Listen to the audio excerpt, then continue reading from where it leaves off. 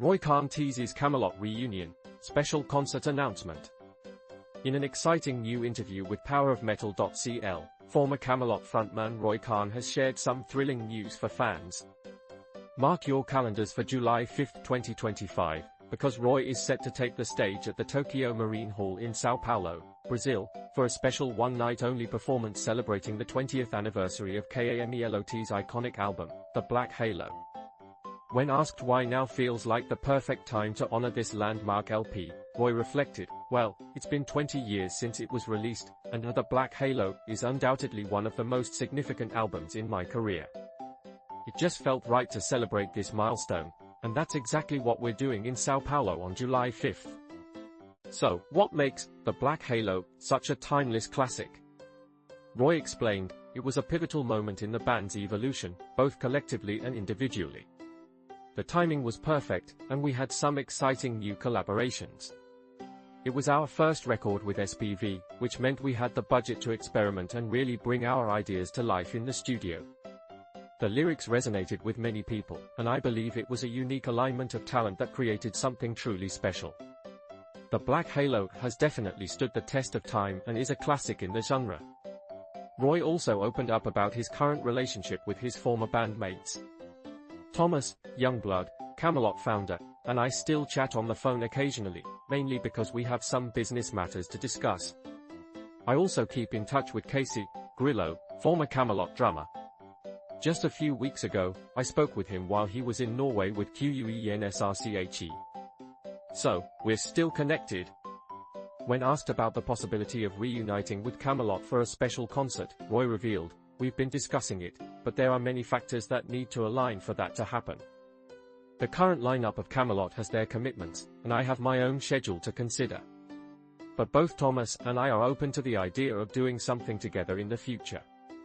It's just a matter of figuring out the logistics, who will do what, where, when, and of course, the finances. There's a lot to sort out, but we'll see what happens." Originally released in 2005, The Black Halo is a landmark in metal history, featuring unforgettable tracks like March of Mephisto, The Haunting, Somewhere in Time, and When the Lights Are Down. To celebrate its 20th anniversary, a special edition has just been released, including a limited edition wooden box set with splattered vinyl, a collector's chalice, a ring, a pendant in a velvet bag, a 20-page booklet, and an exclusive autographed card. Other exciting formats include deluxe marbled vinyl and a digipack CD edition, all released via Napalm Records on March 14, 2025, exactly 2 decades after its original debut. Adding to the excitement, Roy Khan is also featured as a special guest on Here Be Dragons, the latest album from Tobias Sammet's Avantasia. His powerful vocals shine in a grand and emotional power ballad, marking another thrilling chapter in his return to the music scene. Sammet himself praised Roy's contribution, calling it one of the most moving and emotional, yet biggest ballads I have ever done. Reflecting on his departure from Kamelot nearly 15 years ago, Roy shared that a multitude of factors influenced his decision. The now 55-year-old Norwegian singer announced his exit in April 2011 after taking time off to recover from burnout. In a candid interview, he explained, "Everything just became too much travel, too much work. I had my first kids, got married, and I was struggling to balance my onstage persona with who I wanted to be at home. Those two sides of me were pulling further apart, and it took a toll on my mental health. I was not present at home, and I was mentally exhausted. That summer of 2010 was particularly tough. I barely slept and was constantly worried."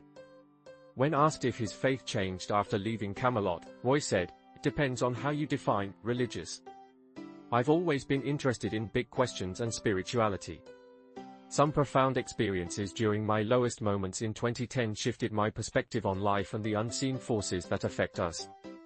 I still grapple with many things, but those experiences have gradually changed how I approach life and my relationships." 3 years ago, Roy expressed gratitude that Kamelot continued to thrive without him, stating, "I had no intention to hurt the band. My decision to leave was deeply personal, and I'm just thankful they managed to carry on." After reforming his pre-Kamelot band Conception 7 years ago, Roy released an EP and a full-length album, reflecting on the circumstances that led to his departure from Kamelot. he noted, it was a combination of factors that culminated in my decision. KAMELOT was gaining popularity, and I was away from home for months at a time. I was living an unhealthy lifestyle, and I knew deep down that it wasn't sustainable. I had a breakdown, and I realized I couldn't continue like that. Roy concluded, leaving KAMELOT was the best decision I ever made. It wasn't about the band, it was about my own well-being. I was overworked and not present for my family. Quitting was both easy and hard.